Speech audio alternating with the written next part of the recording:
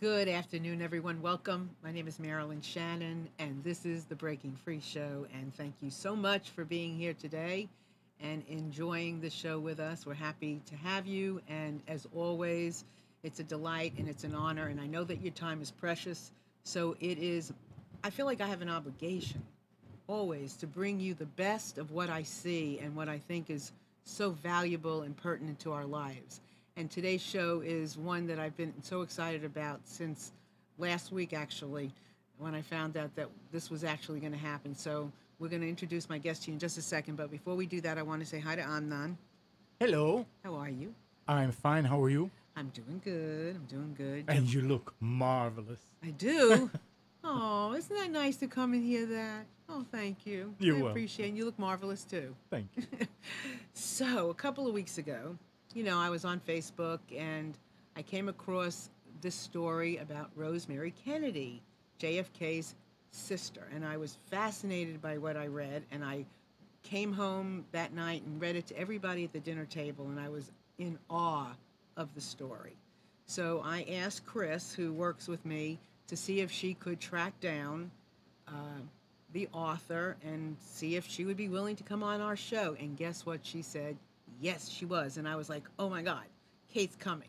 So let me introduce to you Kate Clifford Larson, who is a historian, and she's written about Rosemary Kennedy, the hidden sister, and it's a fascinating story, but she's done other things as well. So let me introduce Kate to you all now. Kate, welcome to our show. Thank you for having me, Marilyn. Oh, it's a pleasure. Thank you so much for being here. And for all of you listening, if you would like to take part in our chat, you're more than welcome to. There's a live chat. You can ask questions, comment, whatever. At 91, go into the right now under the video. You can put your name and be there. And if you want to call in anytime during the show, and I will remind you, 919-518-9773. And you can always come in on Skype voice, and that would be at computers. That's plural.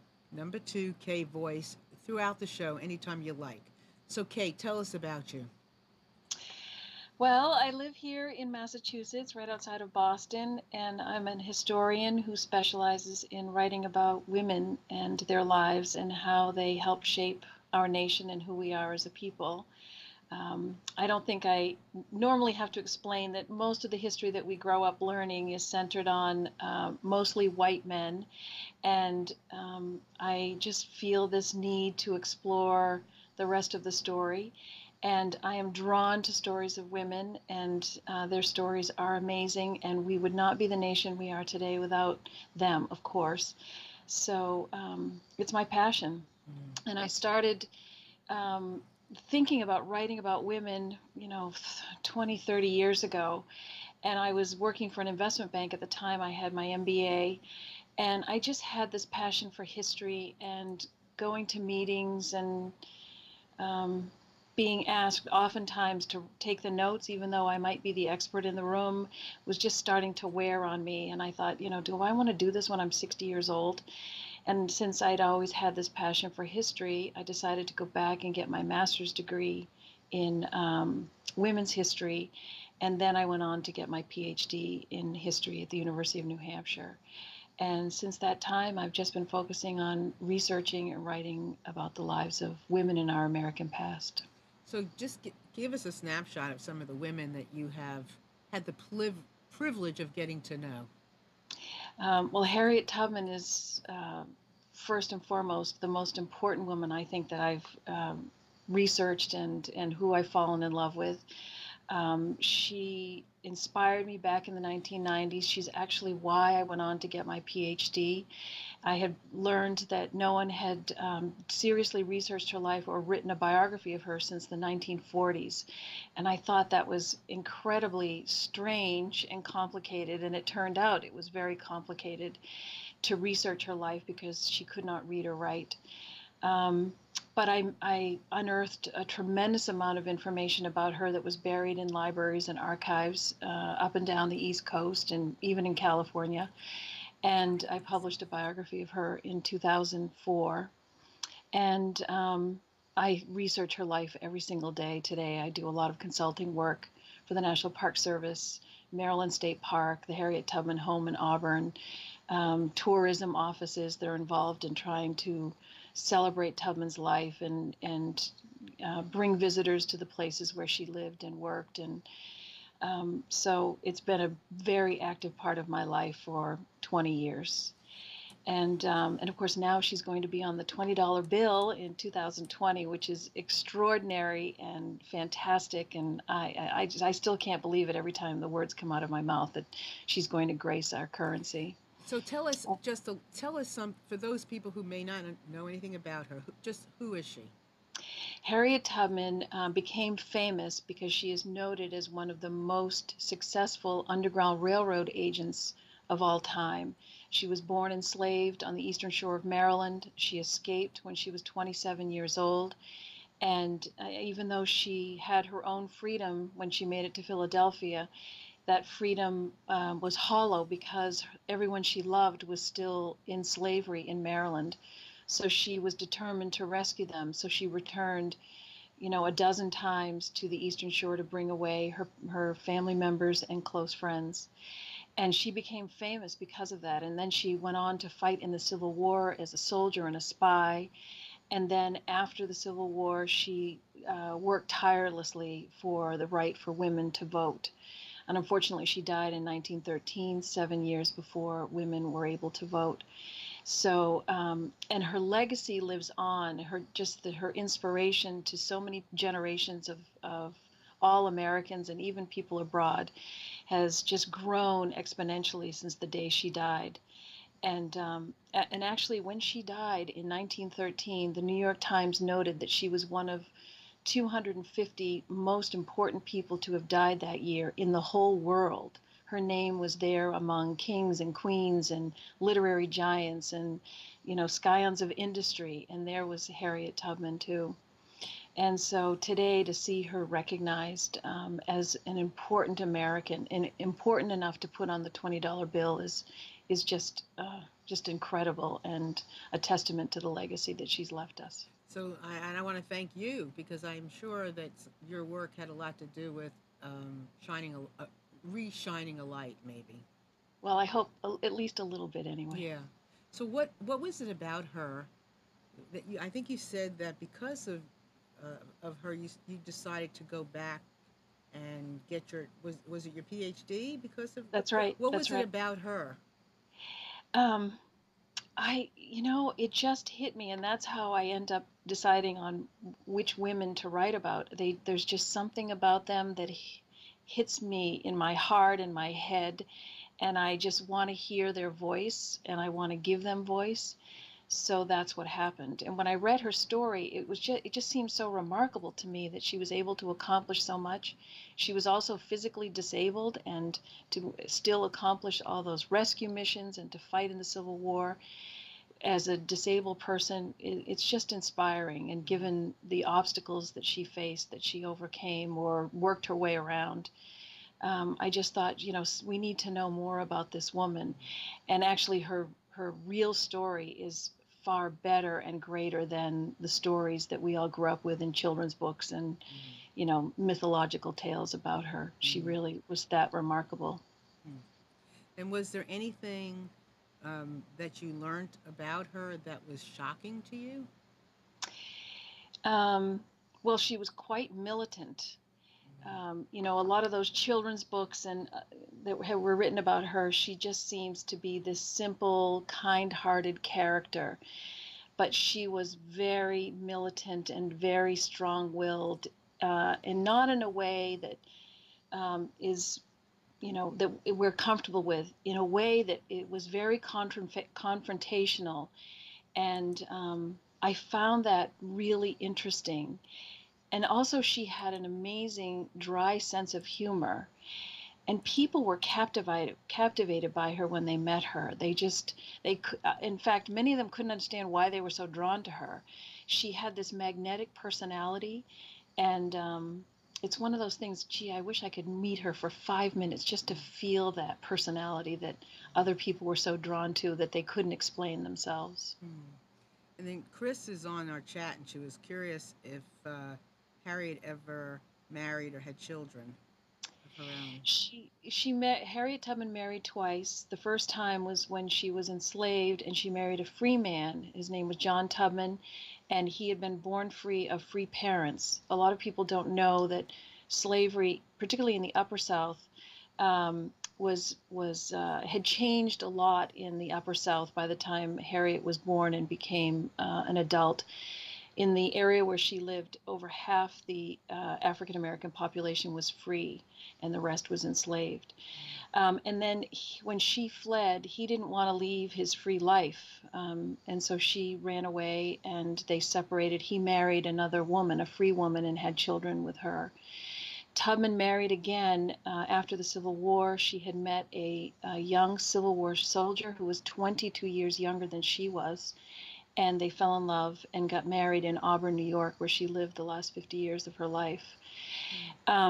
They did not have children together. They adopted a baby in 1874 and raised her as their own. Her name was Gertie, and she died as a young woman, so there are no descendants.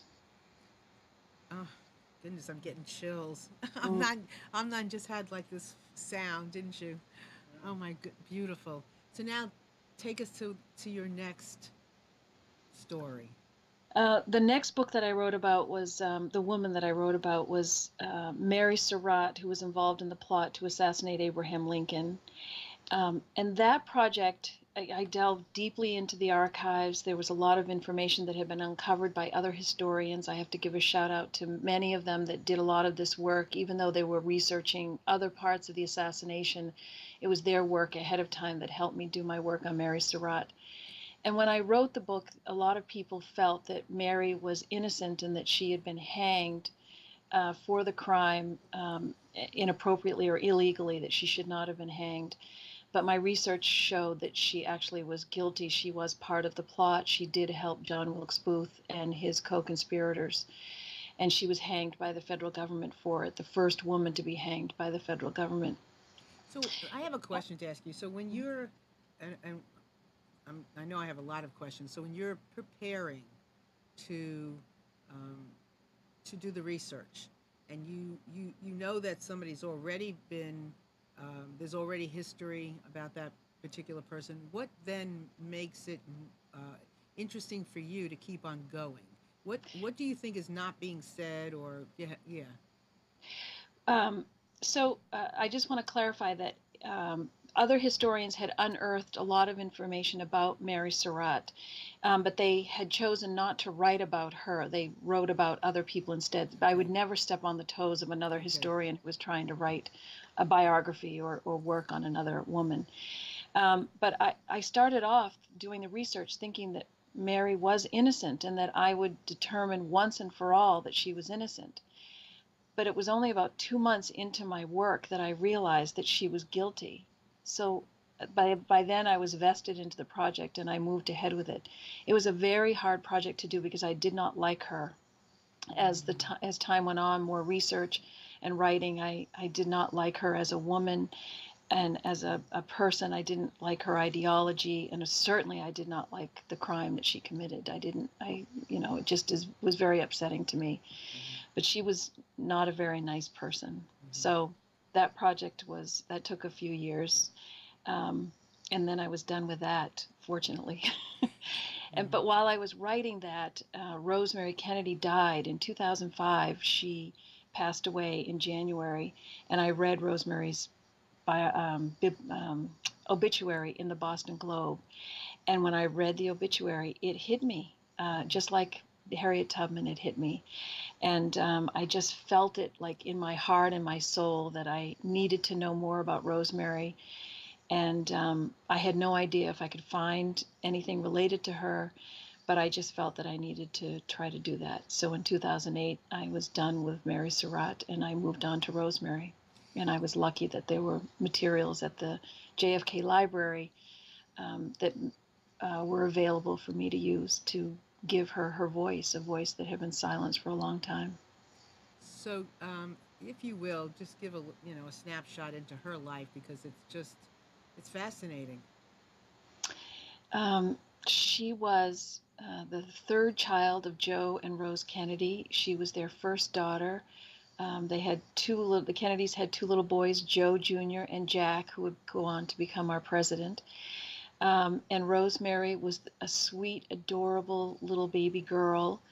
But as soon as she became a toddler, it was obvious to the parents there was something that wasn't quite right about Rosemary. She was delayed in all of the milestones that most infants and toddlers reach at specific dates.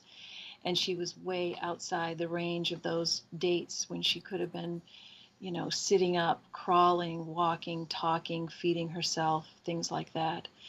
And I believe that it was partly because of trauma during birth, and we can talk about that later if you like. Sure. But as everyone knows, the Kennedys had many, many children, and as more and more children were born, it became more and more obvious that Rosemary was delayed in her intellectual and physical abilities. But the Kennedys, being a big, ambitious family, they just swept her up with them, and Rosemary carried on and did as well as she could. It was a very inclusive family, and Rosemary was included in everything, and they really pushed her very hard. But that became more and more difficult as she aged, and her siblings bypassed her in school, and then she just never could achieve the goals that her parents and her teachers set for her, and it set her on a path where she became frustrated and depressed and angry often, and very difficult to manage. It was a difficult childhood for Rosemary. And you said physical. So what was it? I thought it was psychological, emotional, intellectual. What was the physical disability? So she was very uncoordinated. Okay. She had poor muscle tone, Ah, and so I think she also suffered from dyslexia as well. She couldn't tell the difference between right and left. She couldn't steer a sailboat. All the Kennedys could sail at very young ages. She had difficulty playing sports. Um, Things were very difficult for her to grasp, or steer a sled on a snow hill, or dance. She had a lot of difficulty with dancing and understanding the steps and which foot to put first. It was very, very difficult for her, and she suffered because of her poor muscle tone. She needed orthopedic shoes, but they didn't have things like that back then, so she suffered a lot physically sometimes. hmm. And the cover that you chose? I mean, she's stunning. I know. She's so beautiful. I'll show you right Yes, here. show every. I mean, it's stunning. Now, how old is she there? She's 20 years old, and that photograph was taken when the family moved to England, because Joe Kennedy had been appointed the ambassador to Great Britain. And Rosemary and Eunice and a couple of the other children toured Ireland in the summer of 1938, and photographers followed them everywhere, and they loved taking pictures of Rosemary. She was so beautiful, and she looks just, stunning. Um, and the Kennedys were very good at kind of keeping her quiet, so she didn't talk too much in front of the press. So it was even more alluring because she didn't talk much in front of the press. So they wanted to take more pictures of her. She was definitely the most beautiful of the Kennedys. Really, very, very beautiful. And so now talk about the lobotomy. The lobotomy is such a tragic decision that Joe Kennedy made. Throughout her teenage and young adult years, Rosemary was exhibiting some mental health issues. What they were, I can't determine, but she would fly into incredible rages, she would hit people, she would act out in frustration and anger, but it was really the older she got, the worse those tantrums and rages were. Um, So they were back in the United States in 1941, and they had installed Rosemary in yet another convent school where they were trying to control her. And at this point, she's 23 years old. She wants her freedom. She wants to go out and party and be like her brothers and her younger sisters, who are now maturing and out socially. And so she had been escaping from the convent school where she was and going out at night, and the nuns would find her on the street, having had something to drink, and she would have leaves on her and clearly doing something that wasn't good. And Joe, I'm sure, was afraid of some sort of scandal. Mm-hmm. At that very same time, there were these men in Washington, D.C., Dr. James Watts and Dr. Walter Freeman, who were experimenting with lobotomies at George Washington University Hospital. And they were offering this surgery and touting it as a cure for people like Rosemary, and saying that this was a way to make them happy again and release the angers and fears that they lived with. And they guaranteed that this surgery would help people like Rosemary live independent lives. And in fact, their research, and I went through their research when I was doing my work for this book, their research was showing the exact opposite, that the surgery was not helping people become independent. And in fact, 16% of their patients died. Another 30% became disabled and couldn't do anything. And then the rest really need to be taken care of. They couldn't live by themselves. So, but Joe decided to take the risk and forced Rosemary to have a lobotomy, and the surgery went terribly wrong, and she became completely disabled.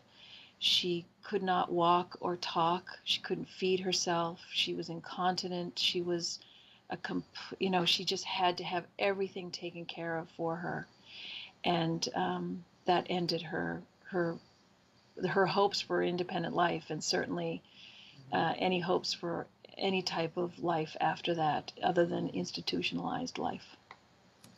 So, I mean, there's so much more to talk about, but each time, and I know you've shared this story so many times, how do you feel each time you share it? I have mixed emotions about it. Of course, I'm very angry that Joe did this to Rosemary. Mm-hmm. I'm angry because the Kennedys had options and they chose the most drastic option available to them, and that was to lobotomize her. Their daughter Kik had been asked by Rose to research lobotomies before they had it done, and Kik said, "Don't do this. This isn't good. This isn't something we should have done to Rosie." That's what they called her. And but Joe went ahead anyway. And they had such wealth. I mean, they could have hired, staff to live with her anywhere and give her a life, but they chose to do this. And I think Joe looked at Rosemary as a problem, and the lobotomy took care of the problem. On the other hand, I appreciate the strain and the stress and the fear and anxiety that the Rose and Joe lived with when it came to Rosemary, this young woman who was intellectually disabled. She probably had about the intellectual capacity of maybe an 8-year-old, and so she couldn't really live on her own. And she was very attractive. Men were very attractive to her. She wanted to socialize. She liked men. So I think there were lots of fears and anxieties that something would happen and she would be compromised. And that would not be good for the family. A lot of it was about how the family would look and what would happen to the family if she got into trouble. But now he kept it a secret. I thought I read that he actually kept it a secret and they didn't even know that he had done that. So according to my research, that is not entirely true. The others knew, Rose knew that he was considering a lobotomy. Kik knew that he was considering a lobotomy. The final decision to do it, I do think, was Joe's and Joe's alone. But Rose at some point said she had no idea. That's not true. She absolutely did know.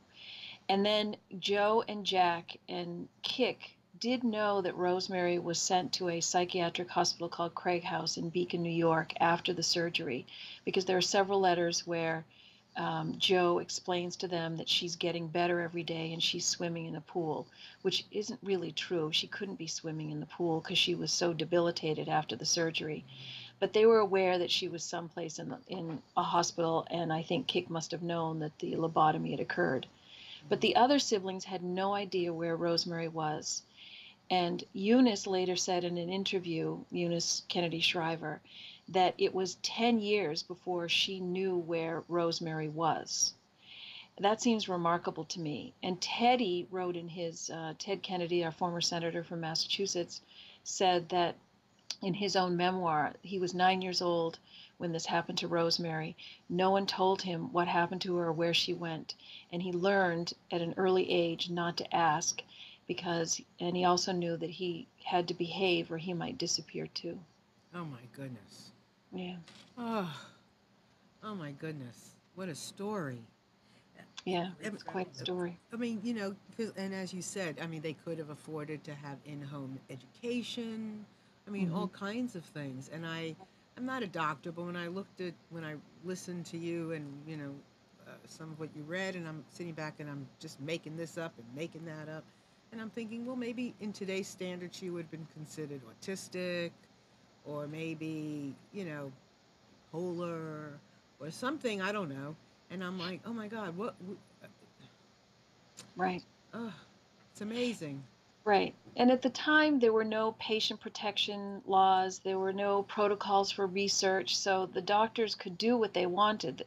And women, in particular, suffered under that type of system most acutely. Most of the lobotomies were performed on women, even though the majority of psychiatric patients at the time were men. It was women who had the disproportionate number of lobotomies. And that's really very frightening. So Rosemary had no say. No one protected her. No one was there to advocate for her. And so while she was clearly intellectually disabled, I show in my book some of the letters that she wrote, and as an adult, and they're very juvenile in their content, their sentence structure, their grammar, punctuation. But clearly she also suffered from mental health issues, and what that was, I'm not really sure. But let's say that she was bipolar.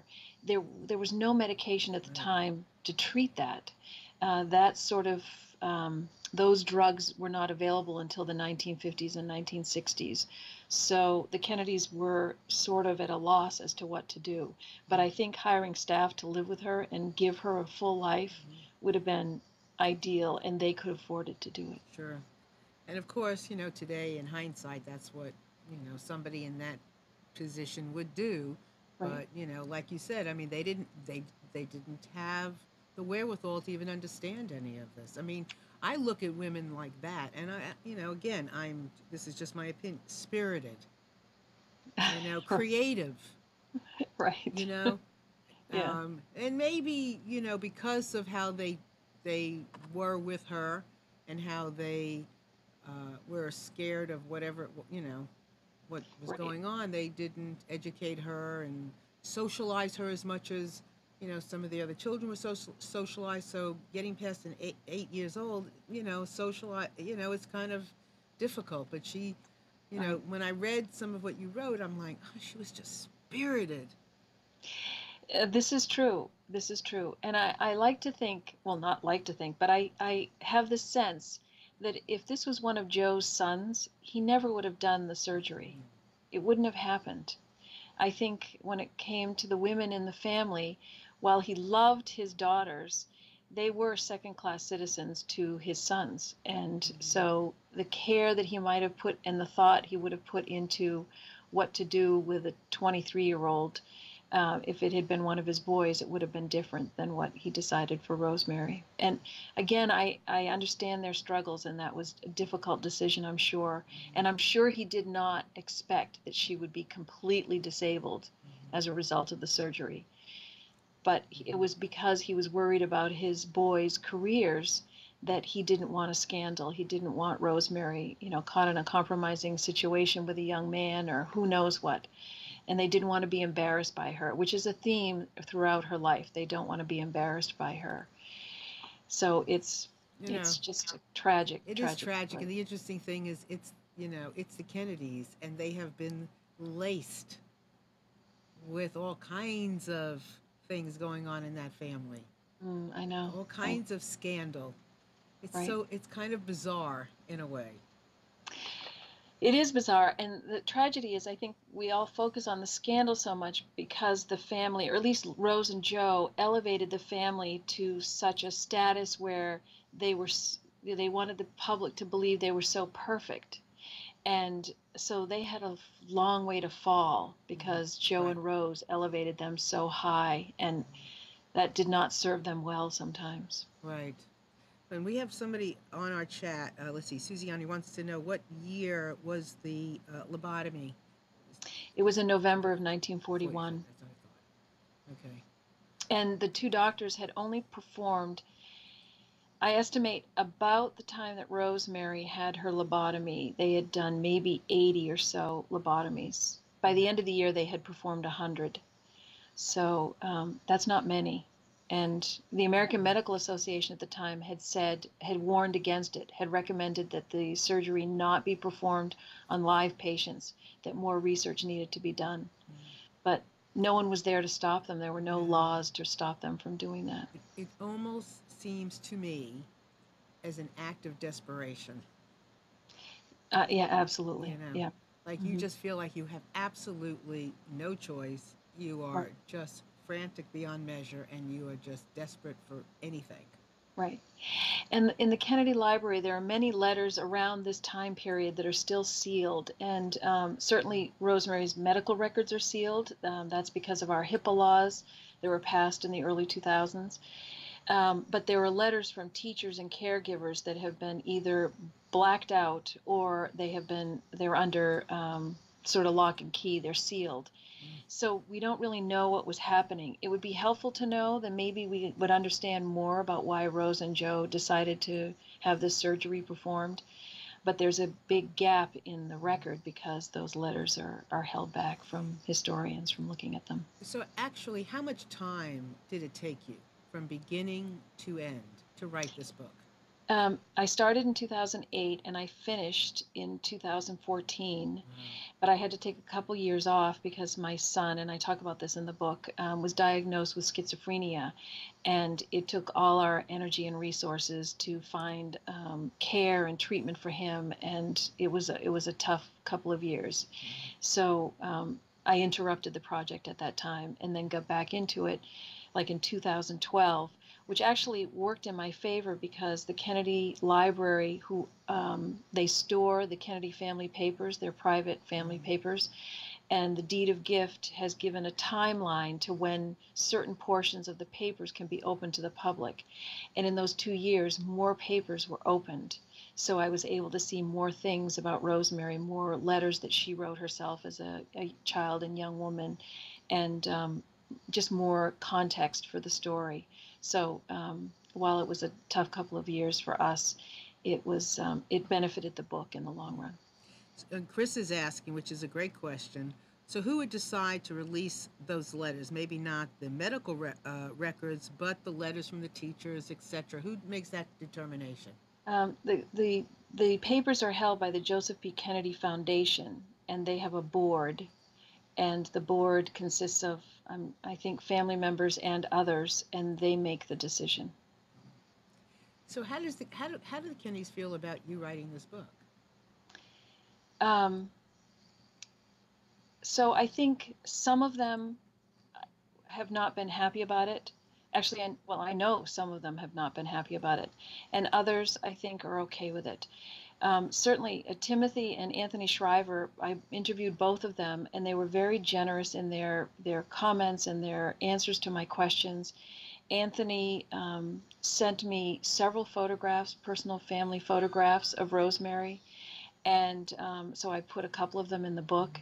He was incredibly generous to me, and they both said to me that they didn't know what happened to Rosemary, and they would like to know. And in the meantime, Timothy, before my book came out, Timothy published a book about his life, and he has a section in his book about Rosemary, his aunt, and he talks about asking his uncle Ted Kennedy and his mother Eunice Shriver about Rosemary, what happened to her, and both of them said the same thing, that they didn't know when it happened, and she just disappeared, and no one told to them or explained to them what had happened. And of course, the younger generation, I think, can't believe that those, siblings just accepted no explanation and moved on with their lives. But I think Joe and Rose were such powerful parental figures that those children just did what they were told and learned not to ask, just like Teddy said, we learn not to ask. And you know, just as we can't walk in somebody else's shoes, we can only imagine, as Kate was speaking about Joe and Rose and how not knowing what to do, not having the resources, and certainly um, um, the medical community didn't have the resources that we have today, psychiatric care. So they did whatever they. I don't agree with it by any stretch of the imagination, but I'm looking at it from where I sit today.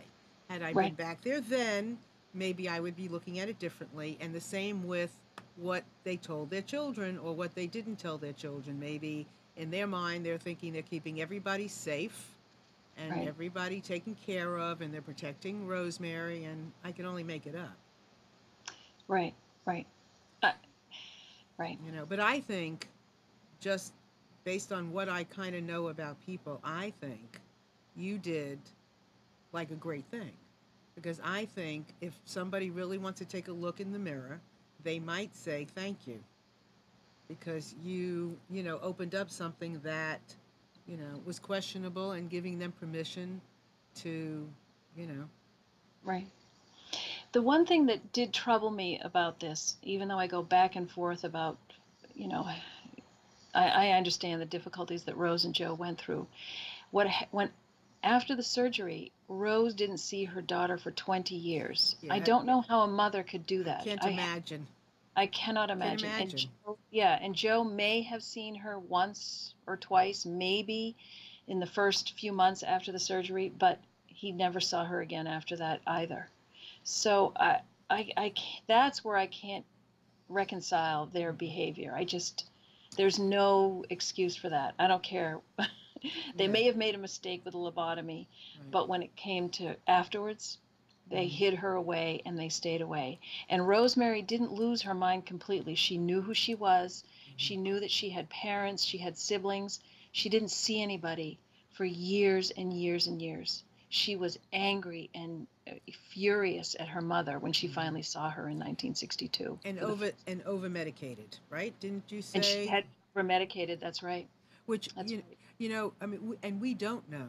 We only know what we know, and thank God you're here and giving us. And I, you know, when I listen to, I know what you found. You did the best you could find. You dug, you connected. You did the best that you could with whatever you could find.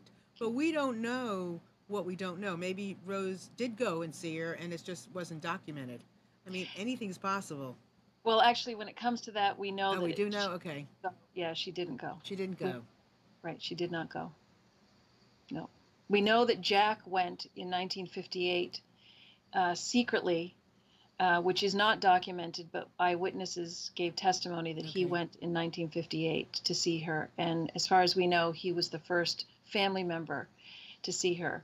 The close Kennedy friends and associates and business partner Eddie Moore and his wife Mary Moore, they did see Rosemary. They took care of her all those years when she was in Craig House in New York. And then when she was transferred to St. Coletta's School in Jefferson, Wisconsin, they maintained contact with Rosemary. They would go out and visit with her to make sure she was being taken care of well, but the family did not go.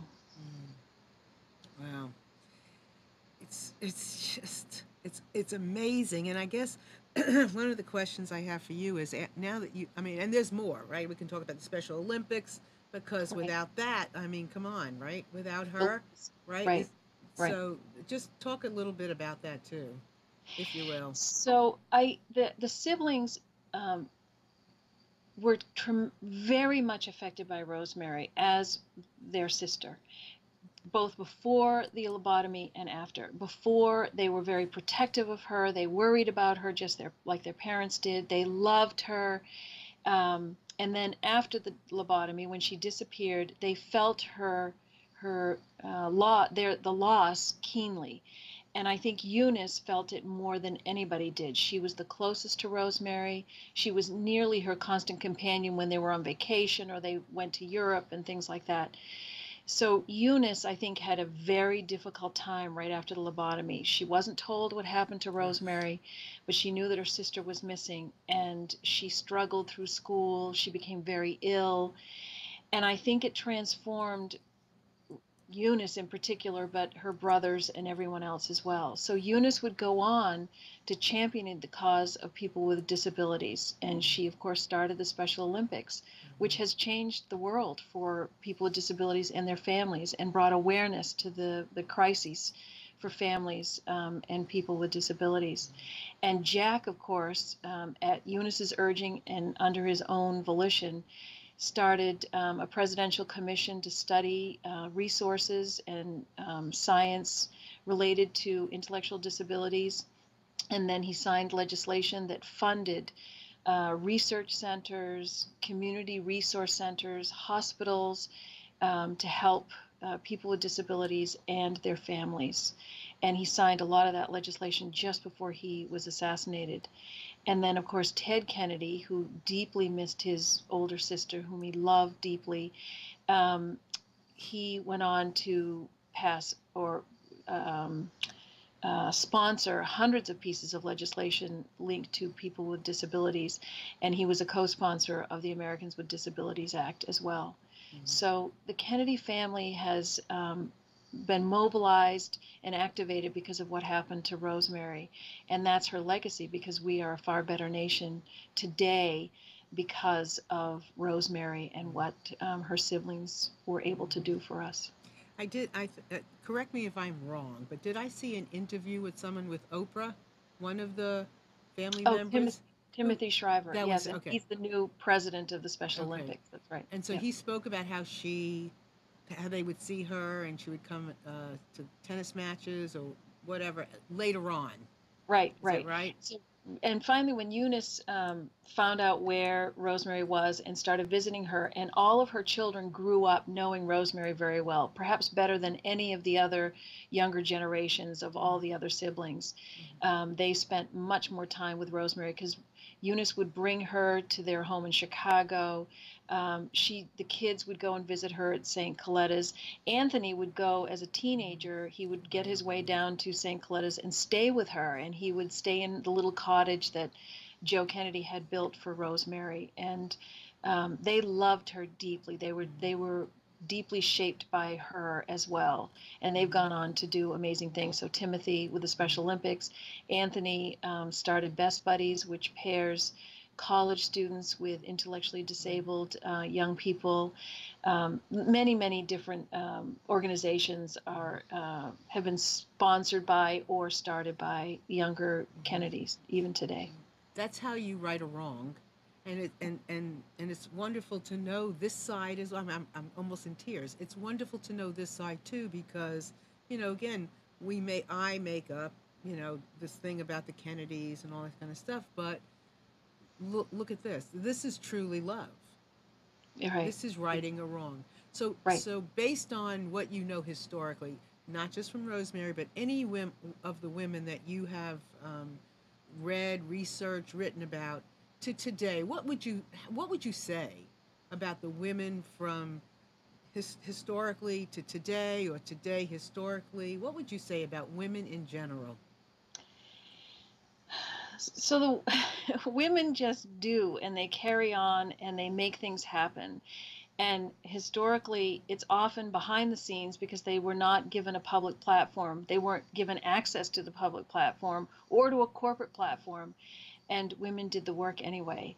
And it's just stunning to go back in history and look at the contributions of women that have not been acknowledged all these years. And it's very troubling to me.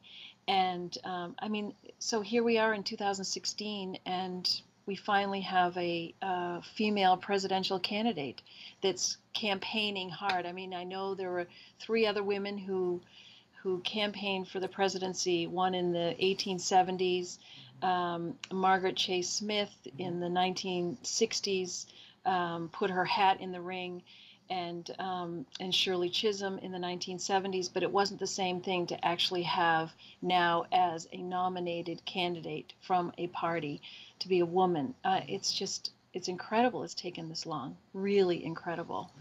And so. And we get to see it. And we get to see it. Yep, we get to be a part of it. We get to see it and learn from it all. right. So, what would you say to women today? I would say to women, just be mindful of who came before you and how hard they had to work for it, and to keep working to honor all of them, and not to take for granted what we may have today, because it isn't complete. And certainly it's not complete. And we need to keep struggling and demanding, and be heroes to future generations, just like women before us. Beautiful. So, Chris is asking a great question, which I think is, a good question for now. So, she said she's curious to know, besides Harriet Tubman, what women, living or dead, would you most like to meet yourself? Oh my gosh, there's so many. Or who would we? And I'm curious Well, because then I'd want to know from you, because you're like you're like a role model, a mentor, like a bridge into this. And I'm thinking, okay, whoever you say, I'm going to want to know, get to know them too. so, people like Abigail Adams, I would love to have met. I would love to have met Frederick Douglass's wife, Anna Murray Douglass. She was the woman behind the man, for sure. Um, oh gosh, I would like to meet Mary Lincoln, Abraham Lincoln's wife. Ida B. Wells Barnett, who campaigned for decades against lynching. Um, Alice Paul, who was instrumental in pushing forward the vote for American women. I'd love to meet Susan B. Anthony and Elizabeth Cady Stanton, but Alice Paul she was an amazing kind of militant character that just was not going to wait any longer. It had been long enough. Um, I'd love to meet Eleanor Roosevelt. Oh, there's so many. I know There's I'm going so to many. forget some. So many. Oh, but there's so So many. many. So, in your process, are you just a ferocious reader, and then one day, and I am positive, after knowing this book and watching you in action a couple of times, I am positive that Kate is one of those people who definitely comes from the heart. There's no question to me. And so, in your process, then you're reading about all these women. What is it that makes something stand out, someone stand out to you that says, I have to do more? I don't, I have to be honest, I don't know what it is Okay. that sparks it. It just Okay. happens. And if it doesn't happen, I move on. Mm-hmm. Um, but I've been lucky so far that I found these amazing women, Mary Surratt accepted. Um, she was amazing in her own awful way. Um, there's just something about them for me, and other people who might do the same process might be attracted to a different type of woman or subject. Mm-hmm. But there's just, I can't, I have to be able to see that I can give that person a voice. That's probably the big part of Okay. it. Okay. Is there a way that I can give that person a voice? So it's a woman who stood for something that or did something, or Or was is a vehicle a to vehicle. telling a story, like with Rosemary. Her story needed to be told, and it shows the family in a different light, certainly, Yes.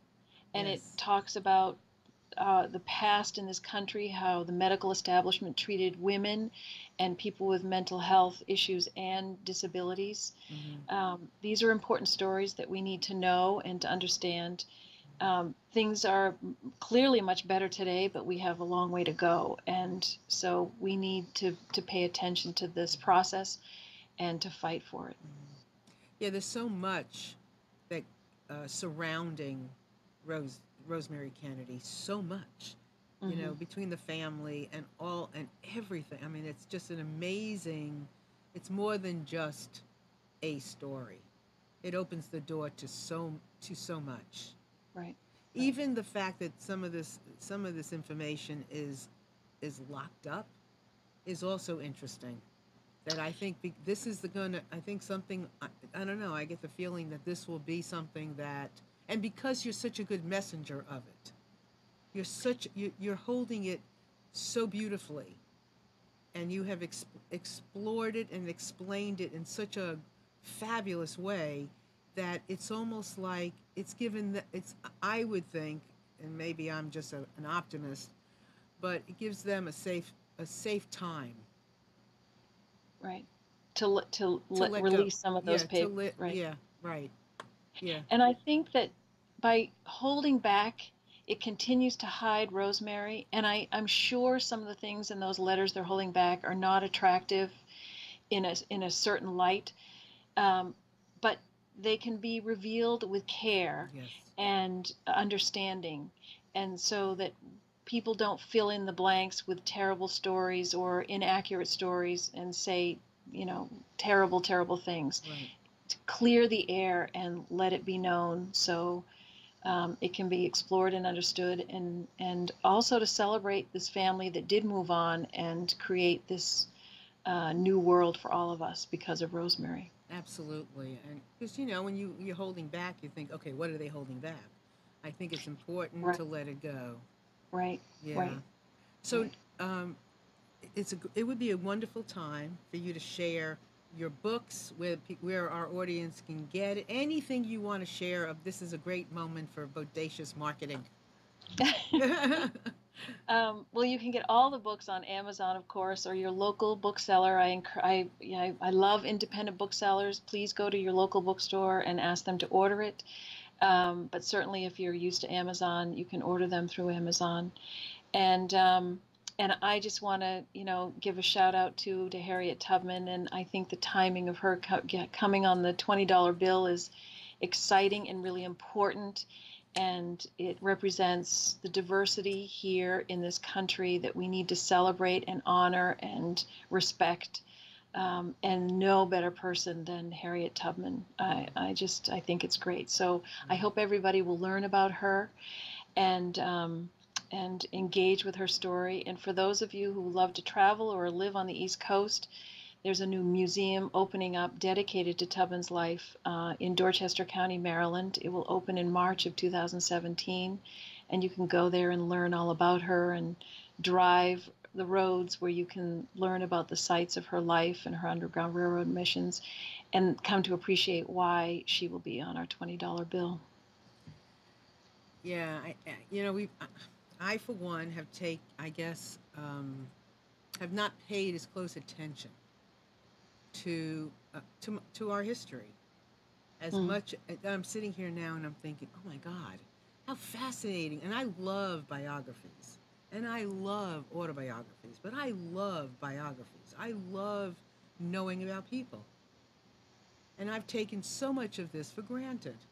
mm, I, right. and I so honor you for bringing this up. And I said, let's just know. I mean, if we can't, I mean, knowing where we come from makes it a lot easier, Absolutely. to deal with where we are and where we. I mean, and the sky's the limit of where we can go. Right. And for those of you who have the interest too, the Kennedy Library in Boston is a magnificent library. The staff there is incredible. They are just fabulous. And the new Edward M. Kennedy Museum is right next door, where you can learn about how the Senate works. And then the childhood home is in Brookline, Massachusetts, and they're all just fantastic places to go to learn about President Jack Kennedy and the accomplishments that he achieved. It's I encourage you to all do that. And the soon to be opened National Museum of African American History and Culture on the Mall in Washington, D.C. It is our American history, and everybody should go there and see and learn and hear this remarkable history. I mean, I know we're talking about women, but when I went to see with Jefferson, Jefferson Oh, Monticello. Monticello. I mean, I could have just stayed there and just stared at the bed. I mean, I was fascinated by all of it. It was just it came so alive for me. Right, right. It's terrific. So I want to give anybody out there a chance. We have just another few moments. If you have a comment, anything you would like to ask Kate, please feel free to do that. You can call us at 919-518-9773, or you can come into the chat and ask us any questions you want in there, and you just put your name in the window, or certainly computers 2K voice. Love to have you come in on Skype. So I know that you've written articles and things besides these books. Any of the articles that you've written about any of the women already that you would want to leave us with? Um, I think, well, I wrote a couple of articles. I know we've been talking about Rosemary Kennedy, but two about Harriet Tubman recently in the Washington Post and the New York Daily News. They're both about Tubman. Well, one is about Tubman on the $20 bill because there's controversy about it. So I wrote it with a colleague of mine, Janelle Hobson, about the controversy, and then the one in the Washington Post is about the myths that we all grew up with about Harriet Tubman and the truth behind her story, and that's in the Post. So those were both this spring. You And can then, Google my name and they'll come up. and so if whoever anyone in our audience wants to follow you personally and read your work or see what you're up to, where would they go? Well, you can go to my website, katecliffordlarson.com. It's all one word. And there's information about Rosemary. There's a lot of information about my book on Rosemary and on Harriet Tubman, and where you can follow me on Twitter and Facebook. So you can do it that way. Perfect. So in closing, is there anything you would? I mean, we've certainly shared a lot. Is there anything that we left out about Rosemary or Tubman or anything about women in history? Well, I hope that your readers, listeners, and will, fall in love with Rosemary like I did if they read the book and come to appreciate her struggles and also I would like the audience to become advocates for demanding more resources for people and communities struggling with mental illness. This is the next big issue that we have to face as a country. There are far too many people suffering with mental illness that are not getting the resources that they need because they're not available. And our prisons have become warehouses for people with mental illness. And families are suffering and they're groaning under the financial and physical and emotional weight of trying to help a family member with mental illness. So all of you, please become advocates so that we can make this a better world with people with mental illness, much like the Kennedys have done for people with physical and intellectual disabilities. Yeah, because it's not an issue that's going away, right? No, it's not. It And is. every family is touched by it in one way or another. Yes. I couldn't have ended this show any better. I mean, there's so much to understand, so much to learn about, and it doesn't. If even if you think that it's not in your family, well, you're surrounded. And it's your neighborhood and your Yeah, neighbors and people that you yeah, love yeah. You know, are. I taught special ed long time ago, and it was probably the worst year of my entire life teaching middle school special ed behavior disorders. That's tough. It was Yeah. very tough, and I didn't have a teacher's degree. I had a college degree, and I thought, oh, I could do this. I'm from New York, and whatever, I could do this. And I remember one of the mothers of one of the one of the boys, and because most of the six kids that were in my class were boys, and she came to me one day and she said, I just need some help. I didn't ask for this. I just want to have help for my son, resources for my son. And she said, I don't know, I didn't ask for this. And Right. so it becomes everybody's issue because, one person can't do it alone. It's That's right. everybody's thing. Right. So anyway, Kate, you're an angel, and whenever you have the inclination to come back, if whatever you have to say, we want to hear it. Thank you very much, Marilyn. Well, it's been a pleasure. And for everybody out there, I thank you so much for joining us today. And each week, we're gonna bring you the best, the best. So I want to thank you all for being here and enjoying Kate with me today. And I am going to get her book for sure, and I encourage all of you to do the same and just keep following her because she has so much to teach us. So once again, Kate, thanks so much for being here. And Thank yeah, and everybody out there, thank you.